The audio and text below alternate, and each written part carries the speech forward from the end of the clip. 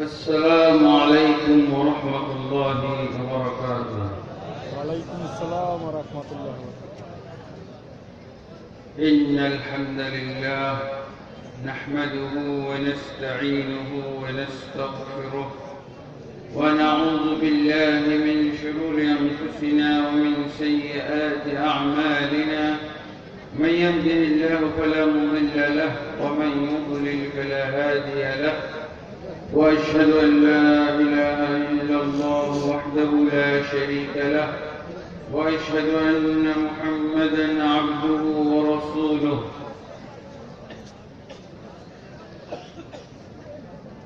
أما بعد، فإن خير الحديث كتاب الله، وخير الهدي هدي محمد صلى الله عليه وسلم، وشر الأمور محدثاتها، وكل محدثة بدعة، وكل بدعة ضلالة، وكل ضلالة في النار.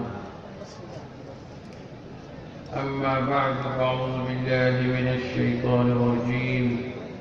يا أيها الذين آمنوا أطيعوا الله وأطيعوا الرسول وأولي الأمر منكم، فإن تنازعتم في شيء فردوه إلى الله والرسول إن كنتم تؤمنون بالله واليوم الآخر، ذلك خير وأحسن تأويلا.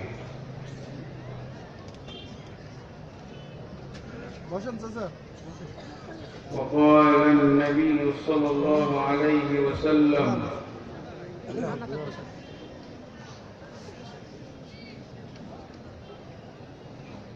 من مات وليس في عنقه بيعة مات ميتة جاهلية. رواه مسلم وغيره.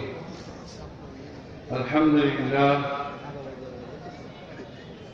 আল্লাহ তাবারক ওয়া তাআলার অসংখ্য অগণিত হামদ সানা, গুণগান এবং প্রশংসা যে আল্লাহ তাবারক ওয়া তাআলা আমাদের সবাইকে আহলে হাদিস বা সালাফিদের জন্য রাজশাহীর কোবায় আল জামিয়া আস সালাফিয়া উদ্যোগে এই সালাফি কনফারেন্সে আসার তৌফিক দান করেছেন। আলহামদুলিল্লাহ রাব্বিল আলামিন। সম্মানিত শ্রোতা দর্শক মণ্ডলী, আমরা কিছুক্ষণ আগে ডক্টর আবু বকর মোহাম্মদ জাকারিয়া সাহেবের কাছে সালাফিয়াতের উপরে আলোচনা শুনেছি। সালাফিয়া আসলে একটা মানহাজের নাম, একটা আদর্শের নাম। সালাফিয়া কোন দল, কোন সংগঠন, কোন ভ্রান্ত মতবাদের নাম নয়।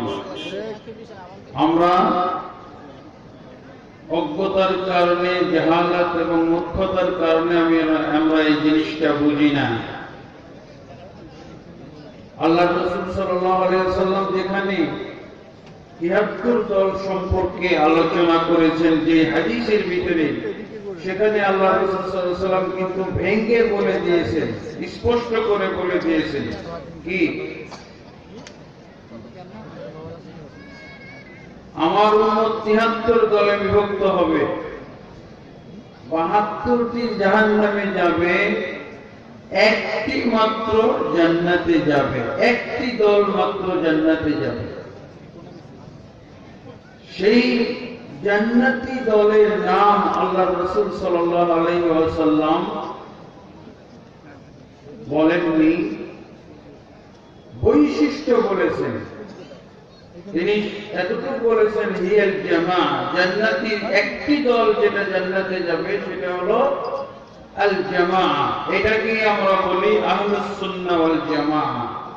এই আহলুস সুন্নাহ ওয়াল জামাআহ এটাই হলো জান্নাতি দল।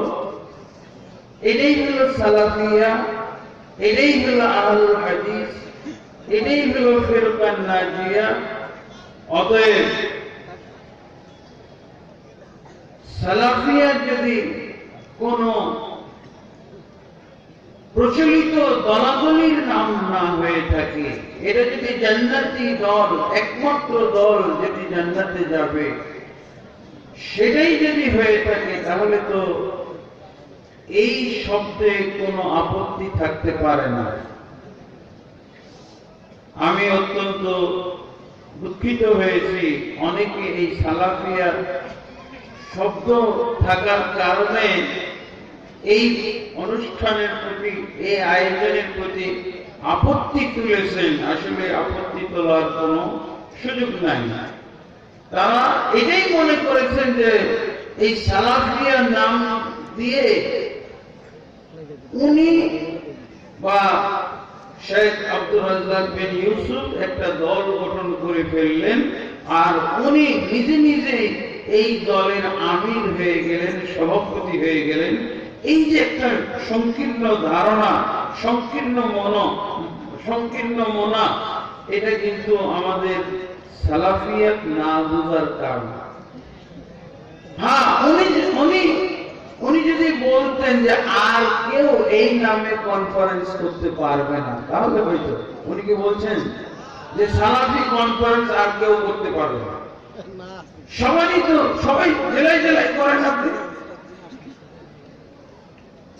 যে কোনো ব্যক্তি সালাফি কনফারেন্স করেন, যেহেতু এটা জান্নাতে যাওয়ার একটা নাম, একটা বৈশিষ্ট্য, অতএব এই নাম সবাই ব্যবহার করতে পারে, সবার জন্য, প্রত্যেক জেলা জেলায় করা যায়।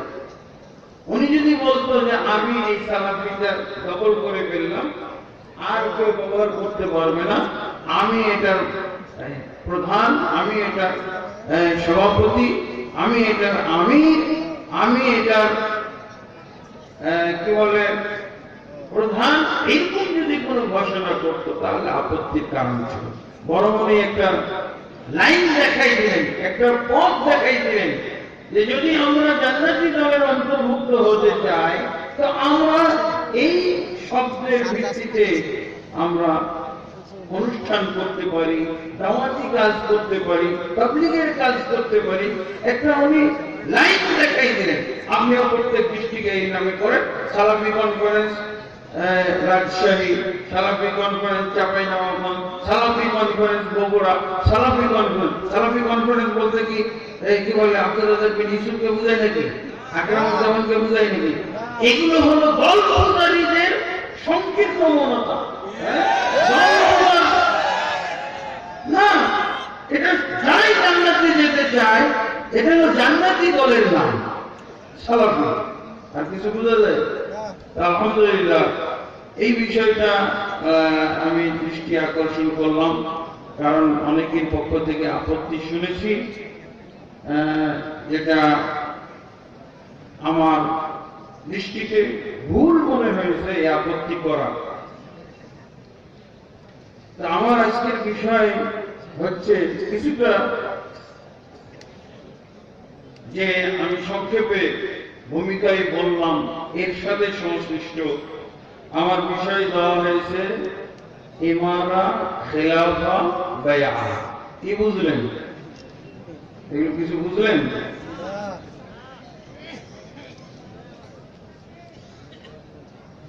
ইসলামে কোরআন এবং হাদিসে নেতৃত্ব বোঝানোর জন্য, কর্তৃত্ব বোঝানোর জন্য কতগুলো শব্দ ব্যবহার হয়েছে। তার ভিতরে একটা শব্দ হলো ইমারা, আর এর থেকে হলো আমির। আমির আর ইমারা, আমির মানে হলো প্রধান, আর ইমারা মানে হলো নেতৃত্ব, নেতা। আমির মানে নেতা, আর ইমারা অর্থ হলো নেতৃত্ব। খিলাফা, খেলাফা শব্দের অর্থ হলো নেতৃত্ব, আর খলিফা হলো নেতা। বুঝেছেন? কোরআন হাদিসে অনেকগুলো এরকম শব্দ আছে, এই শব্দগুলো আমরা শিখে নিতে পারি। একটা হলো আমির বা নেতা, আর নেতৃত্ব হলো ইমারা, আর খলিফা হলো, এরও অর্থ বাংলা হলো নেতা, আর খেলাফা অর্থ হলো নেতৃত্ব, সহজ ভাষায় বলছি। আরেকটা শব্দ আছে ইমাম, ইমাম বলা হয়, আর ইমাম মানেও নেতা, তাই না? ইমাম মানে নেতা। আরেকটা কি ইমামা, ইমামা অর্থ হলো নেতৃত্ব। আরেকটা শব্দ আপনারা পাবেন, সেটা হলো ওয়ালিউল আমর। হাদিসে পাওয়া যায়, কোরআনেও পাওয়া যায় উলিল আমরি মিনকুম, বুঝছেন? উলিল আমরি মিনকুম এর অর্থ হলো নেতা। তারপরে এখান থেকে বলা হয়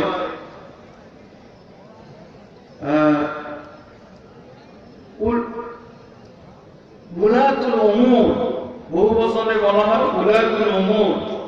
এমনি ভাবে হাদিসের ভাষায় আরেকটা শব্দ পাওয়া যায় রাঈ। রাঈ, রাঈর অর্থ হলো যিনি চড়ান, সমাজ চড়ান, সমাজ লালন পালন করেন, তাকেও যেমন গরিব ছাগল লালন পালন করে তাকে রাঈ বলা হয়। এরকম হাদিসের ভাষায় নেতাকে রাঈ বলা হয়েছে। রাঈ অর্থ হলো যিনি লালন পালন করেন, চড়ান, সমাজকে নেতৃত্ব দেন। এই পর্যায়ে আরো কিছু শব্দ আছে যেগুলো পরবর্তীতে আবিষ্কার হয়েছে। মালিক, মুলুক। মালিক, মুলুক, মালিক মানে হল বাদশাহ, মুলুক বাদশাহ। আলহামদুলিল্লাহ, এই শব্দগুলো কি?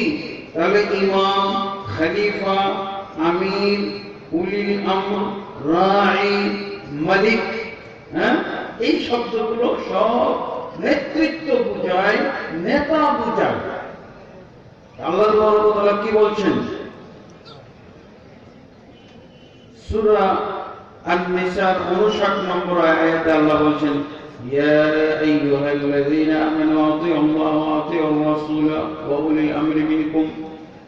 হে ঈমানদারগণ, তোমরা আল্লাহর অনুসরণ করো এবং রাসূলের অনুসরণ করো, এবং তোমাদের যারা দায়িত্বশীল তাদের অনুসরণ করো। অনুসরণ শব্দটা লেখা নাই। যারা তোমাদের দায়িত্বশীল তাদের, তার মানে তাদেরও অনুসরণ করো, কিন্তু এর সাথে কি লাগানো হয়েছে?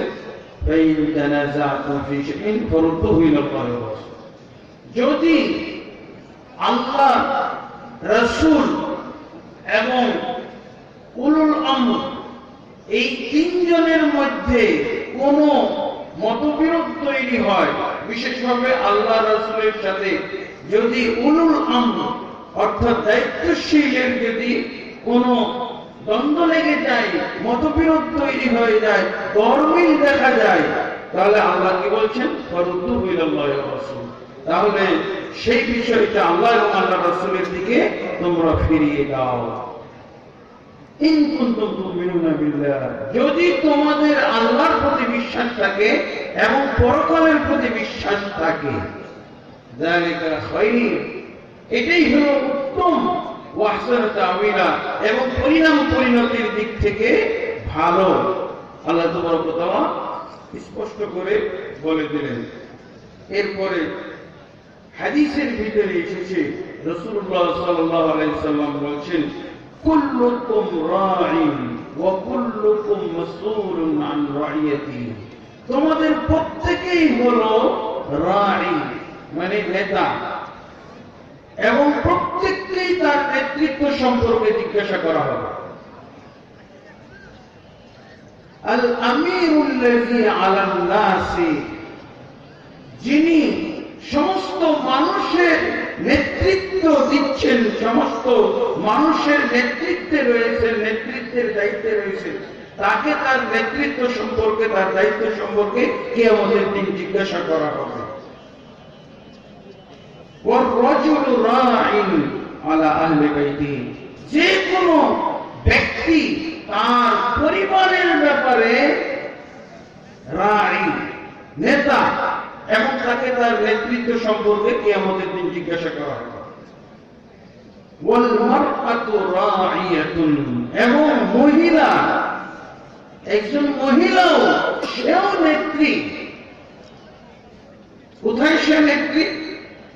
আলা বাইতি বালিহা বা যাওজিহা, তার স্বামীর ঘরে।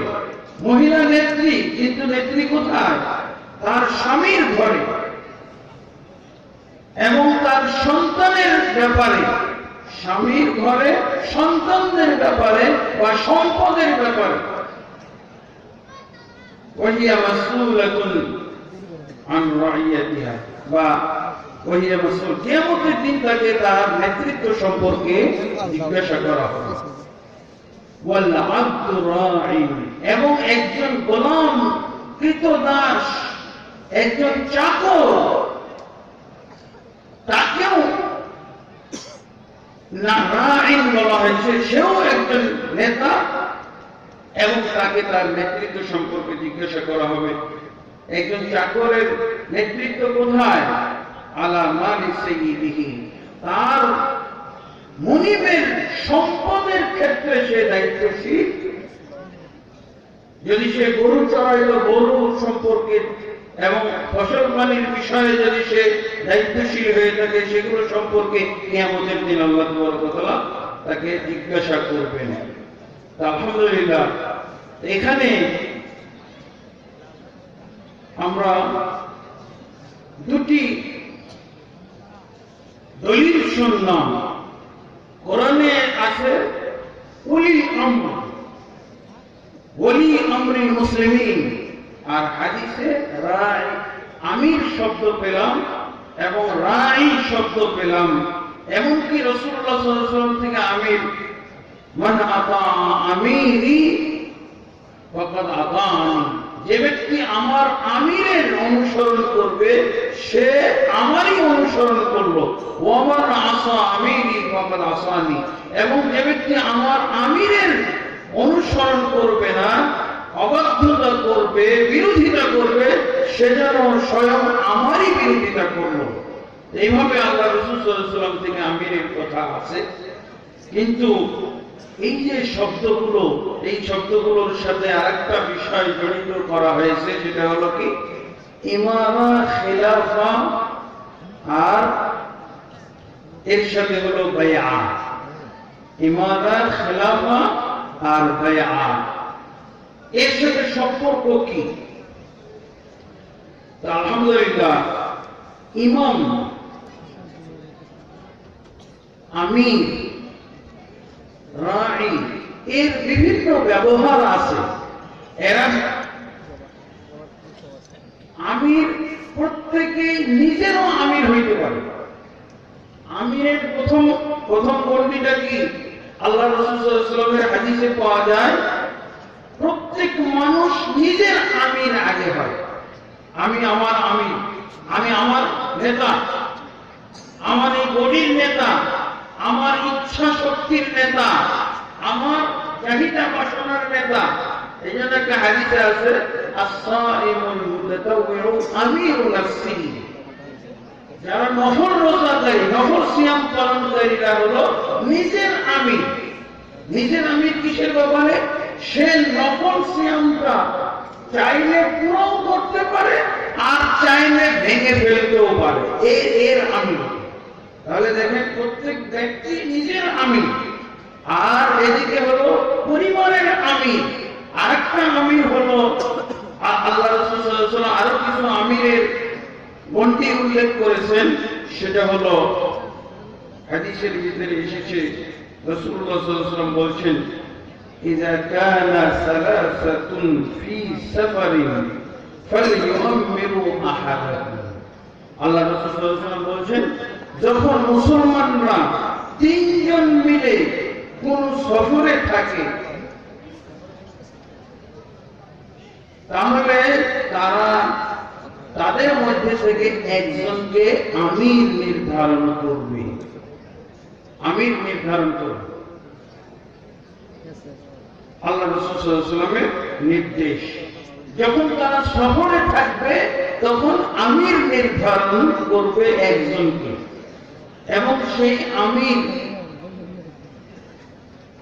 কতক্ষণের জন্য, সফর যতক্ষণ চলবে। সফর কতক্ষণ চলবে? যেমন ধরেন সবাই মাহফিলে আসছি, আমরা বিভিন্ন ডিস্ট্রিক্ট থেকে এসেছি, হয়তো চাঁপাইনবাবগঞ্জ থেকে 10 জন এসেছি বা 50 জন। যদি একসাথে আসা হয়, যদি এক টিমে আসা হয়, তাহলে যে কোনো একজনকে আমির বানানোর কথা আল্লাহ রাসূল সাল্লাল্লাহু আলাইহি ওয়াসাল্লাম বলছেন। 3 জন হলেই একজনকে আমির বানাবে, এবং সে আমিরের কথা অনুযায়ী চলবে। এই হাদিস থেকে 2 ধরনের দলিল নেওয়া হয়।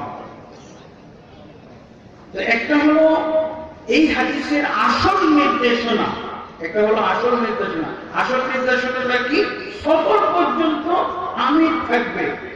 সফর পর্যন্ত আমির থাকা, আমরা মাহফিলে যাব, 2 দিন থাকবো, আবার বাড়ি ফিরে আসবো, এর মধ্যে আপনি আমির হবেন। 3 জনের বা 10 জনের একজনকে আমির নির্ধারণ করা হলো, এই 2 দিনের জন্য উনি আমির। তাহলে এই আমির বা এই নেতৃত্ব ইমারত কতক্ষণের জন্য? সফর পর্যন্ত শুধু। সফর থেকে ফিরে যে গ্রামে পৌঁছে যাওয়ার পর আর বলতে পারবে না আমি আমির, আমির বলা যাবে না, শেষ। তার আমির আর ইমারতের মানে মেয়াদ শেষ হয়ে গেল। এই আমির বানানোটা ওয়াজিব না সুন্নাহ, এটা নিয়ে মতভেদ আছে।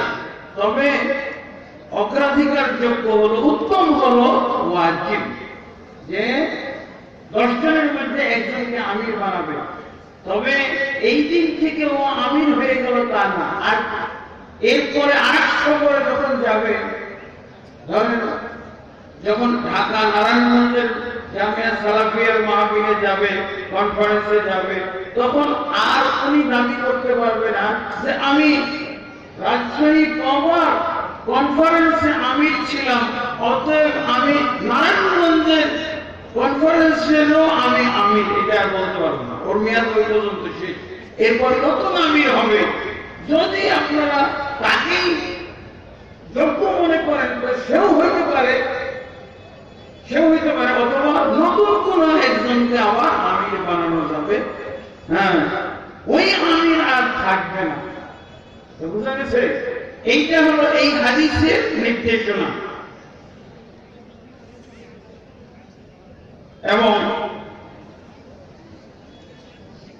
আল্লামা মুহাম্মদ বিন সালেহ আল উসাইমিন উনি এই হাদিসের ব্যাখ্যা করতে গিয়ে বলেছেন, হুদুদ কিয়াদাতিস সফর ينتهي دور الأمير بالوصول إلى المقصد وانتهاء السفر أو باتفاق المجموعة। তিনি বলছেন এই আমিরের মেয়াদ শেষ হয়ে যাবে গন্তব্যে পৌঁছা পর্যন্ত, অথবা সফর কমপ্লিট হওয়ার পর্যন্ত এটার মেয়াদ থাকবে।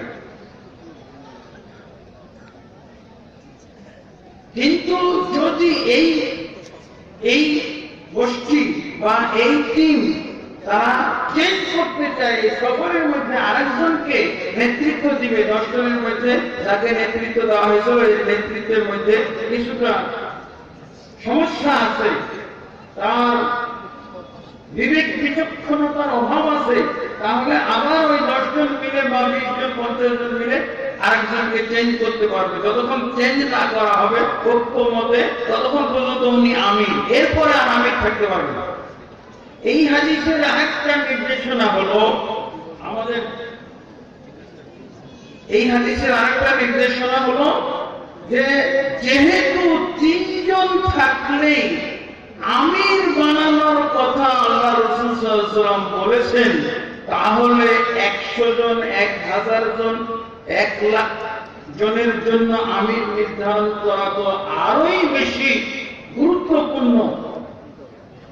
যেহেতু তিনজন হলেই একজনকে আমির বানানোর কথা বলা হয়েছে, অতএব বোঝা গেল যে সমাজের জন্য আমির নির্ধারণ করা আরো বেশি জরুরি। বুঝেছেন?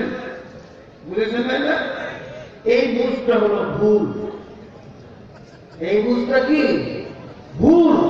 কারণ কি, এই বুঝের মাধ্যমে ইমারত আর আমির অসংখ্য হয়ে যেতে পারে, অসংখ্য হইতে পারে। আমির হচ্ছে এক সমাজের আমির, আর একজন আরেক সমাজের আমির, আর একজন আরেক সমাজের আমির। বুঝেছেন? এই বুঝটা ভুল। হ্যাঁ, বুঝটা শুদ্ধ হতো যদি এরকম বলতাম যে সফরে থাকা অবস্থায় যদি আমির একজনকে আমির নির্ধারণ করতে হয়, তাহলে গোটা মুসলিম সমাজের জন্য একজন আমির দরকার। কিসের জন্য? গোটা মুসলিম সমাজের জন্য। এইটা হলো শুদ্ধ কথা। এই রাজশাহীর জন্য অথবা আহলে হাদিসদের জন্য অথবা ওই হানাফিদের জন্য একটা এইরকম সমাজের আমির হতে হবে, এইটা হলো ভুল। এটা হলো দলাদলিমূলক ব্যাখ্যা, এটা হলো বিভক্তিমূলক ব্যাখ্যা। বুঝেছেন? বিভক্তিমূলক ব্যাখ্যা। বুঝেছেন? দুইটা, এই হাদিসের দুইটা অর্থ, একটা হলো সাংগঠনিক ব্যাখ্যা আর একটা হলো সামগ্রিক ব্যাখ্যা।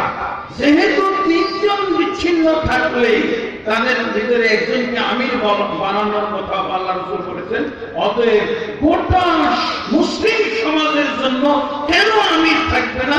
এই গোটা মুসলিম সমাজেরও একজন আমির হওয়া উচিত। বুঝা গেছে? 100 জন আমির হওয়ার শিক্ষা এখান থেকে নিলে এটা হলো হাদিসের অপব্যাখ্যা। অতএব সুতরাং যেহেতু বলে আমরা যে বলি যে সেহেতু বোঝা গেল যে আমরা তাহলে একটা সংগঠন খুলি, এখানে আমাদের 1000, 1 লাখ, 5 লাখ লোক, অথবা আমরা লোক বাড়াইতে থাকবো, এরপরে থেকে লোক বাড়াইতে থাকবো না। এইটা ব্যাখ্যা হলো সাংগঠনিক ব্যাখ্যা, এটা হলো আমাদের দেশি ব্যাখ্যা। হাদিসের ব্যাখ্যা হলো তাহলে গোটা সমাজেরও একজন আমির থাকতে হবে, গোটা সমাজ, মুসলিম সমাজ। এইটা হলো আসল ব্যাখ্যা। আলহামদুলিল্লাহ, এই ব্যাখ্যা অনুযায়ী আমাদেরকে কাজ করতে হবে। আমাদের একটা বদনাম আছে, সালাফি, আমাদের সালাফি বা আহলে হাদিসের বিরুদ্ধে বদনাম করা হয় যে এরা কি বলে, নেতৃত্ব কায়েম করতে চায় না, এরা দ্বীন কায়েম করতে চায় না, এরা ইসলাম কায়েম করতে চায় না। এরা একটু বদনাম আছে না? হ্যাঁ, অবশ্যই আমাদেরকে আল্লাহ তাবারক ওয়া তাআলা যেহেতু নিজেই বলছেন, ইয়া আইয়ুহাল্লাযীনা আমানু আতিউল্লাহা ওয়া আতিউর রাসূলা ওয়া উলিল আমরি মিনকুম, হে ঈমানদারগণ, তোমরা আল্লাহর অনুসরণ করো, রাসূলের অনুসরণ করো, খবরদার, এবং তোমাদের উলিল আমরের অনুসরণ করো। উলিল আমরের অনুসরণ করতে হলে আমাদের উলিল আমরের দরকার আছে না? এই আয়াত দিয়ে বোঝা যায় যে উলিল আমর হলো থাকা ওয়াজিব, কিন্তু আমরা এই কাজটা করি না। আর যারা করতেছে তারা ভুলভাবে করতেছে। সাংগঠনিক ভাবে তারা বিভিন্ন নেতৃত্ব কায়েম করতেছে। এটা আমাদেরকে রাষ্ট্রীয়ভাবে করতে হবে, সবাই মিলে, যাতে আমরা একজন দায়িত্বশীল, একজন আমির, একজন ইমাম আমরা কায়েম করতে পারি। এর জন্য ইসলামী পন্থা আমাদেরকে অবলম্বন করতে হবে। এর জন্য কি করতে হবে? ইসলামী পন্থা। ইসলামী পন্থাটা সেটা কি? অবশ্যই সেটা হতে হবে রাসূল সাল্লাল্লাহু আলাইহি ওয়াসাল্লাম যেভাবে কায়েম করেছিলেন, ইলম, আমল এবং দাওয়াতের মাধ্যমে। এটা একটা মাধ্যম। আমরা রাষ্ট্রীয়ভাবে নেতৃত্ব কায়েম, যদি করতে চায় এটা অবশ্যই করতে হবে। এটা সালাফিদের করা আরো বেশি উচিত। সালাফি মানহাজের যারা, সালাফি দাওয়াতের সাথে সম্পৃক্ত যারা, তাদের মাথায় এই টেনশনটা থাকা উচিত যে আমরা সমাজে অবশ্যই একজন নেতা কায়েম করব এবং এই সমাজটাকে অবশ্যই আমরা ইসলামের আওতায় নিয়ে আসবো। এর জন্য প্রয়োজন হলো ইলম, আমল এবং দাওয়াত। ইলম, আমল এবং দাওয়াতের মাধ্যমে এই উদ্দেশ্য পূর্ণ হবে। এই ওয়াজিব আমরা কায়েম করতে পারবো। আমাদের অবশ্যই ইসলামী রাষ্ট্রের দরকার আছে, অবশ্যই আমাদের ইসলামী নেতৃত্বের দরকার আছে, কিন্তু সেটা হবে এক নেতৃত্বের আন্ডারে, বিভিন্ন নেতৃত্বের আন্ডারে হবে না এবং হতে পারে না। তাহলে এখানে যে আমরা এই ধরনের বদনামের শিকার হয়েছি, তারা আমাদেরকে বলে, কিন্তু তারা কিভাবে করতেছে? আমাদের দেশে যারা ইসলামপন্থী তারা আবার কোরআন হাদিসের নিয়ম অনুযায়ী নেতৃত্ব বা ইসলামী রাষ্ট্র কায়েম করার চেষ্টা করতেছে না। তারা কিভাবে করতেছে?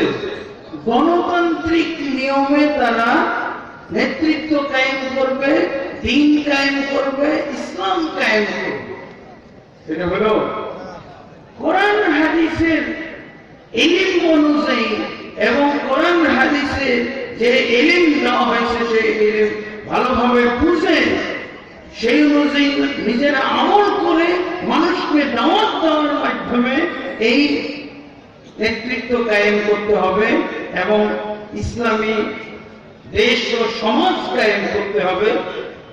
গণতান্ত্রিক ভাবে এটা হবে না। এটা কেমন হলো?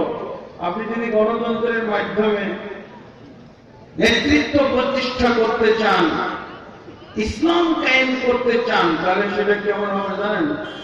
ওই যে মদ দিয়ে ওযু করার মতো, পেশাব দিয়ে ওযু করার মতো হবে, সুদ ঘুষের টাকা দিয়ে ইসলামী কাজ করার মতো। আপনি সুদ খাচ্ছেন কেন, ঘুষ খাচ্ছেন কেন? যে এই যে সুদ আর ঘুষকে আমি সদকা দিব, আমি দান করব, এই জন্য। পেশাব দিয়ে ওযু করা যায়? মদ দিয়ে ওযু করলে সেই ওযু দিয়ে সালাত হবে? গণতন্ত্র দিয়ে ইসলাম কায়েম হয়? হ্যাঁ, গণতন্ত্র দিয়ে ইসলাম কায়েম করতে গেলে ইসলামও ধ্বংস হবে, নেতৃত্বও ধ্বংস হয়ে যাবে। আমাদের সামনে দৃষ্টান্ত আছে না, উদাহরণ আছে না? গণতন্ত্রের মাধ্যমে ইসলাম কায়েম করতেছে, যারা নেতৃত্ব দিতেছিল তারাই শেষ, তারা এসে কবরে চলে গেছে। হ্যাঁ, ইসলাম দিয়ে ইসলাম কায়েম করতে হবে, কোরআন দ্বারা ইসলাম কায়েম করতে হবে। রাসূলুল্লাহ সাল্লাল্লাহু আলাইহি ওয়াসাল্লাম নেতৃত্ব দিয়ে দিয়েছিল, কিন্তু আল্লাহ রাসূল নেতৃত্ব নিয়েছিলেন কেন? বলছে আমি প্রত্যেকেই, কিন্তু প্রত্যেক সরকারই কি বলে? আমরা জনগণের সরকার, বলি না? সবাই তো বলে আমরা জনগণের সরকার, বলছি না? যেমন জনগণ তৈরি করবে ওরকম সরকার হবে। কিন্তু রাসূলুল্লাহ সাল্লাল্লাহু আলাইহি ওয়াসাল্লাম কি দেখেছিলেন? যখন রাসূলুল্লাহ সাল্লাল্লাহু আলাইহি ওয়াসাল্লামকে নেতৃত্ব দিতে চাইছিল, আল্লাহ রাসূল দেখলেন যে আমি সরকার হব, কিন্তু জনগণ তো আমার না। এই জন্য আল্লাহ রাসূল সাল্লাল্লাহু আলাইহি ওয়াসাল্লাম কি করলেন? জনগণ তৈরি করার কাজে হাত দিলেন, নেতৃত্ব নিলেন না। জনগণ কিভাবে তৈরি করেছেন আল্লাহ রাসূল সাল্লাল্লাহু আলাইহি ওয়াসাল্লাম? এই কোরআনের মাধ্যমে এবং সুন্নাহর মাধ্যমে, হাদিসের মাধ্যমে। আল্লাহ রাসূল এই কায়দায়, আমরা যে কায়দায় ইসলাম কায়েম করতে চাই সেই কায়দায় রাসূল সাল্লাল্লাহু আলাইহি ওয়াসাল্লাম সুযোগ পেয়ে গেছিলেন, কিন্তু আল্লাহ রাসূল দেখলেন আমি কিভাবে এইসব জনগণের সরকার হব, যেই জনগণগুলোকে আমি গঠন করি নাই। জনগণ হলো ওদের আর সরকার হবো আমি। এই পাগলের প্রলাপ, পাগলের প্রলাপ না? জনগণ হলো আবু জাহালদের, জনগণ হলো আবু লাহাবদের, জনগণ হলো উতবা, শাইবা, ওলীদ বিন রাবিয়া, আর নেতৃত্ব দিবে মুহাম্মদ সাল্লাল্লাহু আলাইহি ওয়াসাল্লাম। এটা পাগলের প্রলাপ না? আল্লাহ রাসূল সাল্লাল্লাহু আলাইহি ওয়াসাল্লাম এটা প্রত্যাখ্যান করেছিলেন এবং আল্লাহ রাসূল সাল্লাল্লাহু আলাইহি ওয়াসাল্লাম যেই পন্থায় তিনি জনগণ তৈরি করার কাজে কাঁধে হাত দিলেন, সেটা কি? এই ইলমের মাধ্যমে। মুসআব বিন উমাইরকে বললেন, মুসআব, কোরআনটা নিয়ে তুমি মদিনায় চলে যাও। কি বললেন? কোরআন নিয়ে মদিনায় চলে যাও, কোরআন কায়েম করো মদিনাতে। যে ঘরে ঘরে মুসআব বিন উমাইর রাদিয়াল্লাহু আনহু কোরআনের তালিম দিলেন, কোরআনের আমল চালু করলেন, কোরআনের দাওয়াত দিলেন। এবং আল্লাহ রাসূল সাল্লাল্লাহু আলাইহি ওয়াসাল্লাম যাওয়ার আগেই দেখলেন যে গোটা মদিনার অধিবাসীরা আল্লাহ রাসূল সাল্লাল্লাহু আলাইহি ওয়াসাল্লামের অপেক্ষায় এখন দিন গুনতেছে, অপেক্ষমান কখন রাসূল সাল্লাল্লাহু আলাইহি ওয়াসাল্লাম যাবেন আর কখন নেতৃত্ব দিবেন। দেখেন কিসের মাধ্যমে করেছিলেন? আপনারা পড়েন, ইতিহাস পড়েন। মুসআব বিন উমাইর রাদিয়াল্লাহু আনহু কোরআন নিয়ে গেছিলেন মদিনায় আল্লাহ রাসূলের আগে। এটি হলো ইতিহাস। ইলম, আমল আর দাওয়াত। ইলম আমল করে নিজের মধ্যে সীমাবদ্ধ রাখলে হবে না, এটা ছড়িয়ে দিতে হবে। আলহামদুলিল্লাহ, তাহলে আমরা নেতৃত্ব কায়েম করতে চাই, আমরা ইসলামী রাষ্ট্র কায়েম করতে চাই, কিন্তু ওই গণতান্ত্রিক নিয়মে না, ইসলামিক নিয়মে, কোরআনিক নিয়মে, সুন্নাহর নিয়মে, রাসূলের নিয়মে, আব্রাহাম লিঙ্কনের নিয়মে না। আমরা ওই গণতান্ত্রিক লোকদের সাথে আমরা প্রতিদ্বন্দ্বিতায় যাব না, আমরা কখনো তাদের সাথে ঝগড়াতেও যাব না। আমাদের লাইন ভিন্ন, ওদের লাইনই ভিন্ন, ওদের সাথে আমাদের সংঘর্ষের কিছুই নেই। আছে? ওদের সাথে আমার কোনো সংঘর্ষ হইতে পারে না। আপনি যদি ওদের জনগণকে আপনি শাসন করতে যান, সংঘর্ষ তো লাগবে না। আমরা আমাদের জনগণ তৈরি করতে চাই। এই সালাফি কনফারেন্সের মাধ্যমে সেই জনগণ তৈরি হবে, যেই জনগণ রাসূলুল্লাহ সাল্লাল্লাহু আলাইহি ওয়াসাল্লাম তৈরি করেছিলেন। নাহলে কি হবে? ওই যে পেশাব দিয়ে ওযু করার মতো হবে, হ্যাঁ, মদের মাধ্যমে ওযু করবেন, হবে? নামাজই হবে না। আর হচ্ছে না তো, বাস্তবতা আমরা দেখতেছি। যেই এই নিয়মে রাষ্ট্র কায়েম করতে যাচ্ছে, সেই খতম হয়ে যাচ্ছে, সেও ধ্বংস হয়ে যাচ্ছে। আমরা লিঙ্কন বলছি, এটা তো আমাদের রাষ্ট্র কায়েম করার জন্য, তোমরা ইসলামী রাষ্ট্র কায়েম করতে আসতেছো কেন? হ্যাঁ, এই জন্য তারা সহ্য করতে পারছে না। আমরা এত তিক্ত অভিজ্ঞতা হওয়ার পরও কি বুঝবো না? আল্লাহ তাআলা আমাদেরকে জ্ঞান দান করুন, আল্লাহুম্মা আমিন। বন্ধুগণ, এখানে যে অংশটা বলা হয়েছে ইমারত, খেলাফত, এগুলো সব সমর্থবোধক শব্দ। আমি কয়টা শব্দ বলেছি? ইমামা, ইমাম, খেলাফত, খলিফা, আমির, ইমারত, উলিল আমর এবং মালিক, আর কি সালাতিন, সুলতান, এটাও শব্দ আছে হাদিসের ভিতরে। এগুলোর সাথে বায়াতের কি সম্পর্ক? বায়াতের কথাটা আছে না? ইমারত, খেলাফত আর বায়াত, এই যে অবশ্যই যিনি ইমাম হবেন, ইমাম বলতে হলো ইমাম আজম, বড় ইমাম, যিনি রাষ্ট্রের ইমাম হয় ওনাকে ইমাম আজম বলা হয়, খলিফা বলা হয়, ওনাকে আমির বলা হয়। আর দলীয় কোনো আমির এটা চলবে না, এটা রাষ্ট্রীয় আমির হইতে হবে, খলিফা হতে হবে। সব রাষ্ট্রীয় ইসলামী রাষ্ট্র যখন গঠন হবে তখন এর প্রধানকে আমির বলা হবে, ইসলামী রাষ্ট্র যখন গঠন হবে তখন তার প্রধানকে খলিফা বলা হবে, তাকে উলিল আমর বলা হবে। হ্যাঁ, তবে বিভিন্ন এলাকার দায়িত্বে যারা থাকবে, ওই যে বড় ইমামের পক্ষ থেকে তাদেরকেও আমির বলা হয়, স্থানীয় আমির, জেলা ভিত্তিক আমির এবং অঞ্চল ভিত্তিক আমির। এই আমিরের জন্য হলো বায়াত। এই জন্য ইমামের কিছু শর্ত আছে, এই শর্তগুলো যদি পাওয়া যায় তাহলে তার বায়াত করা হবে। ইমামের শর্ত এবং ইমামের শর্ত থাকতে হবে। যদি শর্ত না পাওয়া যায় তাহলে তাকে ইমাম মানা যাবে না। এই ইমামের শর্তগুলো কার মধ্যে আছে এটা এখন আমরা দেখব ইনশাআল্লাহ।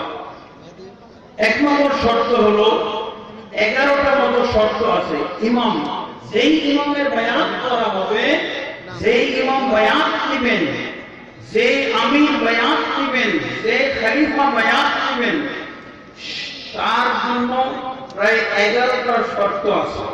1 নম্বর হলো তাকে মুসলিম হইতে হবে।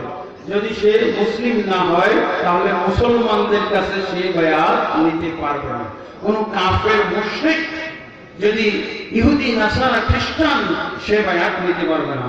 তাকে বালেগ হইতে হবে। যদি বালেগ হয়, মুসলিম এবং বালেগ, তাহলে তার জন্য বায়াত। আকেল হইতে হবে, জ্ঞান সম্পন্ন। কোন পাগল অথবা ব্রেনের ভারসাম্যহীন এরকম ব্যক্তি নিতে পারবে না। আরেকটা শর্ত হলো, 4 নম্বর শর্ত, তাকে স্বাধীন হতে হবে, কৃতদাস বা গোলাম হলে চলবে না। তারপর আরেকটা শর্ত, 5 নম্বর শর্ত হলো তাকে পুরুষ ব্যক্তি হতে হবে।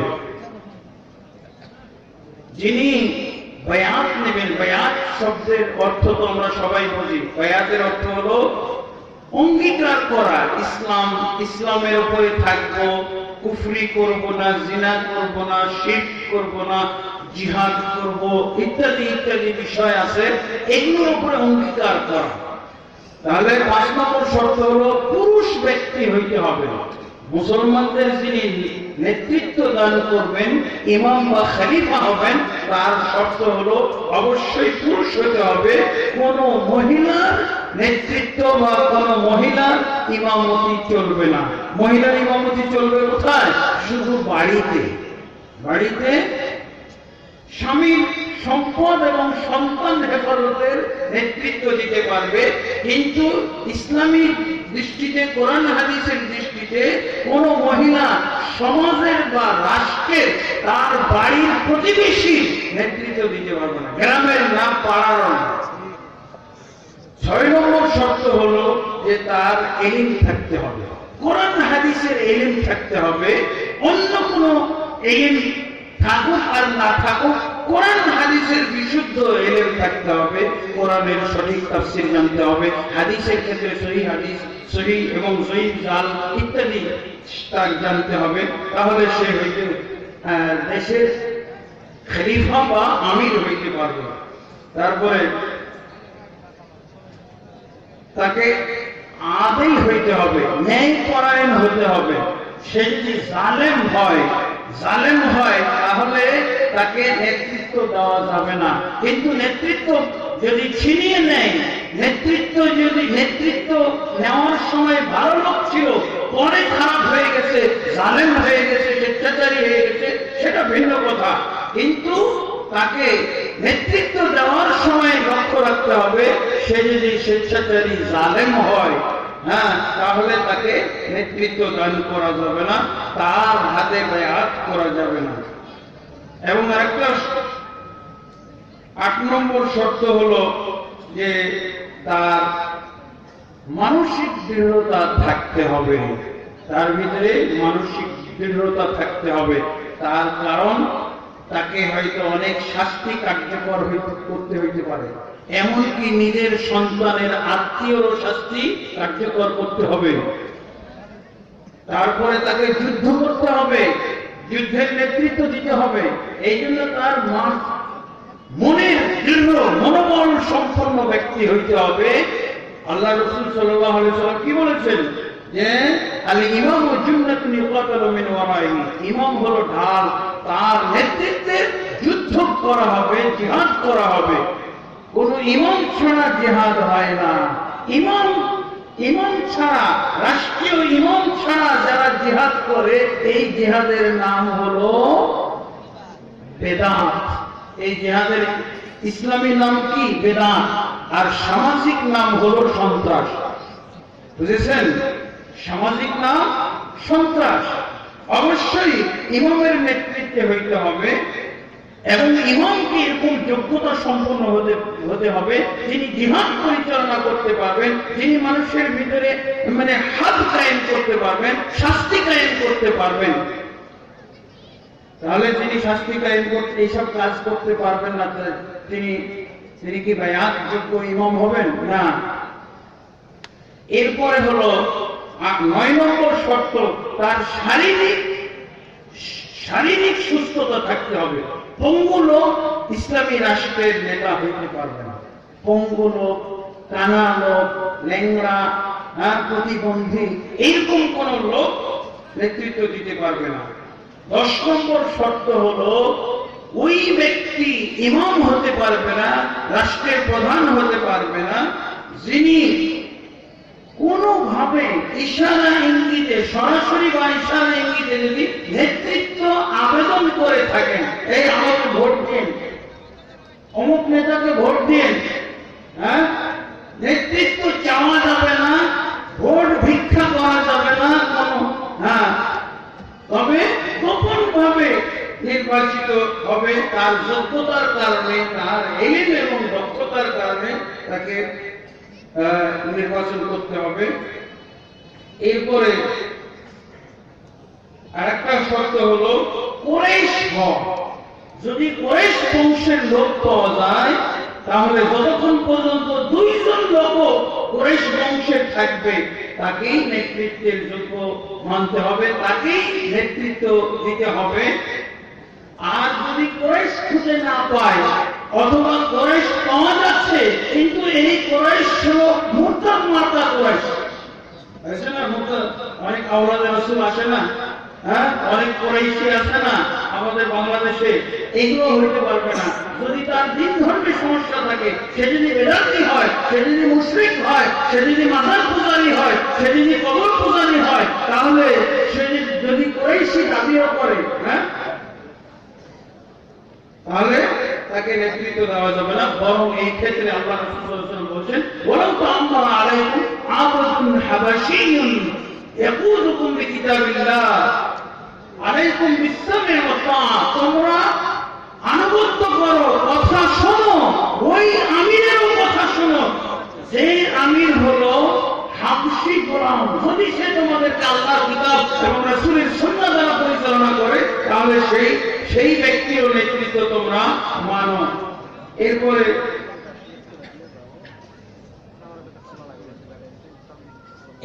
বায়াত। তাহলে বায়াতের আলাদা কিছু শর্ত আছে। সেই শর্তগুলো হলো, যে ব্যক্তি বায়াত নিবে তার কিছু শর্ত। ইমাম হওয়ার শর্ত তো শুনলেন, কি কি শর্তে ইমাম হতে পারবে, রাষ্ট্রের প্রধান হতে পারবে। এবার বায়াত কে দিতে পারবে, বায়াত যোগ্য নেতা কে? আল্লাহ রাসূল সাল্লাল্লাহু আলাইহি ওয়াসাল্লামের বিভিন্ন হাদিসের আলোকে এই শর্তগুলো এসেছে। 1 নম্বর শর্ত হলো, যাকে আহলুল হাল্লি ওয়াল আকদ, সমাজের যারা জ্ঞানী, গুণী, বিদ্বান, আলেম, বিচক্ষণ ব্যক্তি, তারা মিলে যেই ব্যক্তিকে রাষ্ট্রের নেতৃত্ব দান করবেন এবং তারা আগে বায়াত করবেন। বায়াত হলো হাতে হাত রেখে অঙ্গীকার করা। যদি পাগলরা একজনকে সাপোর্ট করে, যেটা আমাদের দেশে হয়ে থাকে, গণতন্ত্রের যেটা নিয়ম, একজন পিএইচডি ডিগ্রিধারী আর একজন পাগল ডিগ্রিধারী, পাগল ডিগ্রি আছে না, পিএইচডি ডিগ্রিধারী আর পাগল ডিগ্রিধারী, দুইজনের সমর্থন, দুইজনের ভোট সমান। কিন্তু ইসলামের দৃষ্টিতে কি একমাত্র ওই ব্যক্তি বায়াত যোগ্য হবেন রাষ্ট্রের বিচক্ষণ এবং আলেম, বিদ্বান ব্যক্তিরা যাকে বায়াত যোগ্য নেতা মনে করবে। এটা হলো 1 নম্বর শর্ত। 2 নম্বর শর্ত হলো, যার বায়াত করা হচ্ছে উনি যদি গ্রহণ করেন, উনি লালায়িত না, উনি আবেদনকারী না, উনি প্রত্যাশী না, আকাঙ্ক্ষী না, উনাকে যোগ্য মনে করা হলো আর উনাকে প্রস্তাব দেওয়া হলো, আপনাকে আমরা বাংলাদেশের আমির বানাইতে চাই, বাংলাদেশের প্রধান বানাইতে চাই, তখন উনি গ্রহণ করবেন। আচ্ছা ঠিক আছে, গ্রহণ করলাম। ইউসুফ আলাইহিস সালামকে নেতৃত্ব দিতে চেয়েছিল না বাদশা, তখন উনি গ্রহণ করেছিলেন। তো উনি যদি আবার গ্রহণ না করেন, তাহলে কিন্তু তার যে উনি খুব যোগ্য নেতা, যোগ্য ব্যক্তি, কিন্তু উনি গ্রহণ করেন না, তাহলে হবে না, তার বায়াত করা যাবে না। তিন নম্বর শর্ত হলো, 4 নম্বর শর্ত হলো, যার বায়াত করা হবে উনি একক ব্যক্তি, একক পদের অধিকারী। তার পদটা যেন এমন হয় যে এই পদে আর কোন দ্বিতীয় ব্যক্তি নাই। যেমন খলিফা, একজন দেশে কয়জন খলিফা থাকে? একজন। বায়াতের যোগ্য একজন মাত্র ব্যক্তিকে বিবেচনা করা হবে। যেমন রাসূল সাল্লাল্লাহু আলাইহি ওয়াসাল্লামের যুগে শুধু আল্লাহ রাসূলের বায়াত করা হতো, তাই না? আবু বকর রাদিয়াল্লাহু আনহু জান্নাতের সার্টিফিকেট প্রাপ্ত কোন সাহাবীর বায়াত হয়েছিল?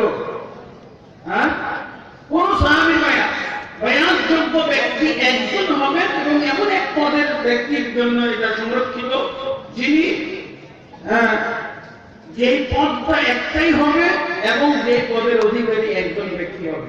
তাহলে আমাদের বাংলাদেশে যে বিভিন্ন আলেম, বিভিন্ন পীর মুর্শিদেরা যে বায়াত নিয়ে থাকেন, এই বায়াতগুলো হলো বেদাতি বায়াত।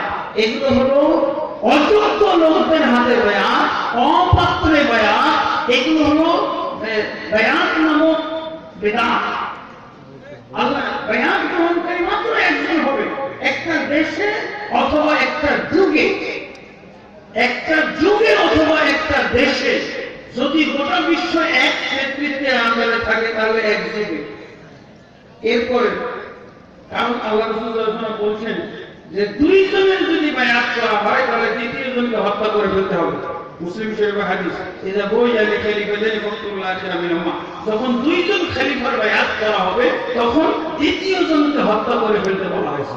যেহেতু বায়াতের বিষয়টা হলো এরকম যে বাধ্যতামূলক একজন হবে, লোকাল কোনো বায়াত ইসলামে নাই, লোকাল কোনো বায়াত ইসলামে নাই, নফল কোনো বায়াত ইসলামে নাই। ইসলামের যে বায়াত আছে এটা হলো ফরজ বায়াত, ওয়াজিব বায়াত, নফল কোনো বায়াত নাই, সাংগঠনিক বায়াত নাই। সংগঠনের প্রধান বায়াত নেবে, এটা বেদাতি বায়াত। আর এটা হত্যাযোগ্য অপরাধ বায়াত, অপরাধমূলক বায়াত।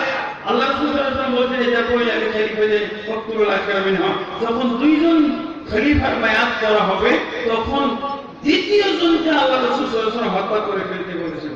নাউযুবিল্লাহ। তাহলে বায়াত নেওয়াটা হলো হত্যাযোগ্য অপরাধ, এমন বেদাত যেটা হলো হত্যাযোগ্য। এরপরে অবশ্যই বায়াত হতে হবে কোরআন সুন্নাহর ভিত্তিতে। কোরআন সুন্নাহর ভিত্তিতে বায়াত। এরকম অনেকেই বায়াত করতেন, উবাইয়াকা আলা কিতাবিল্লাহি ওয়া সুন্নতি রাসূলিল্লাহ। আমি তোমার বায়াত করতেছি আল্লাহর কিতাব এবং রাসূলের সুন্নতের উপরে। হ্যাঁ, তারপরে বায়াত করার সময় সাক্ষী থাকবে। সাক্ষীর অর্থ কি? গোপনে কোনো যেন বায়াত না হয়, পাহাড়ের গুহায় জঙ্গলের ভিতরে যেন কোনো আমিরের বায়াত না হয়। সেই আমির অযোগ্য আমির, বেদাতি আমির। অবশ্যই প্রকাশ্যভাবে মসজিদে অথবা জনসম্মুখে এরকম অনুষ্ঠানের ভিত্তিতে বায়াত হবে। যদি এছাড়া অন্য কোনো বায়াত হয় তাহলে সেটা হলো বেদাতি বায়াত। এবার আমরা বুঝতে পেরেছি একটি হাদিস আমাদের সমাজে বলা হয় বায়াতের দিকে দাওয়াত দেওয়ার জন্য। আল্লাহ রাসূল সাল্লাল্লাহু আলাইহি ওয়াসাল্লাম বলেছেন লাইসা মান মাতা ওয়া লাইসা ফি উনুকি বায়াতুন মাতা মাইতাতুল জাহিলিয়া। যে ব্যক্তি মৃত্যুবরণ করবে এমন অবস্থায় যে তার গলায় কারো বায়াত ছিল না, তাহলে ওই লোকের মৃত্যু হবে কি জাহিলি মৃত্যু। এই হাদিস এবারে বুঝতে পেরেছেন? এই হাদিস হলো যখন আপনার এরকম শরঈ ইমাম থাকবে, রাষ্ট্রীয় ইমাম থাকবে এবং সেই একক ব্যক্তি থাকবে এবং সেই পদ তৈরি হবে, তখন ওই ব্যক্তির জন্য এই বায়াত সংরক্ষিত। যদি ওই ইমাম না থাকে তাহলে বায়াত নাই। আপনার যেমন যাকাত দেওয়া ফরজ কিন্তু আপনার মাল নাই, যাকাত দেওয়া কখনো ফরজ কি? যেমন ভাবে যাকাত দেওয়া ফরজ কিন্তু মাল না থাকলে নফল না, বরং কেউ যদি ভিক্ষা করে যাকাত দিতে চায় তাহলে এটা কি হয়ে যাবে? এটা বিদআত হয়ে যাবে। আপনার সম্পদ নাই, হজ ফরজ না। এরকম ভাবে ইমাম, যথাযথ ব্যক্তি ইমাম যদি না থাকে আপনার বায়াতও নাই। কেউ যদি বলে যে বায়াতের আমলটা আমার মাধ্যমে করে ফেলেন তাহলে বুঝবেন যে আপনি বেদাতি। যেহেতু মাল না থাকলে যাকাত নাই, মাল না থাকলে হজ নাই। মাল আমার যদি আমার কিছু করলে হাত ধুইতে হবে, হাত কাটা কিভাবে হাত ধুইতে হবে? তারপর জি, আলহামদুলিল্লাহ আপনারা আশা করি বুঝতে পেরেছেন ইমানত এবং বায়াত, খেলাফত এবং বায়াতের সাথে সম্পর্ক কি, কি জন্য আজকের এই বক্তব্যের বিষয় দেওয়া হয়েছে আপনারা আশা করি ক্লিয়ার হতে পেরেছেন। আল্লাহ তাবারক ওয়া তাআলা আমাদেরকে সব বিষয়ে স্বচ্ছ এবং শুদ্ধ জ্ঞান অর্জন করার পর আমল করার তৌফিক দান করুন। আল্লাহুম্মা আমিন। আস্তাগফিরুল্লাহ লি ওয়া লাকুম ওয়া লিসাইরিল মুসলিমিন। ইন্নাহু হুয়াল গফুরুর রহিম। আসসালামু আলাইকুম ওয়া রাহমাতুল্লাহ।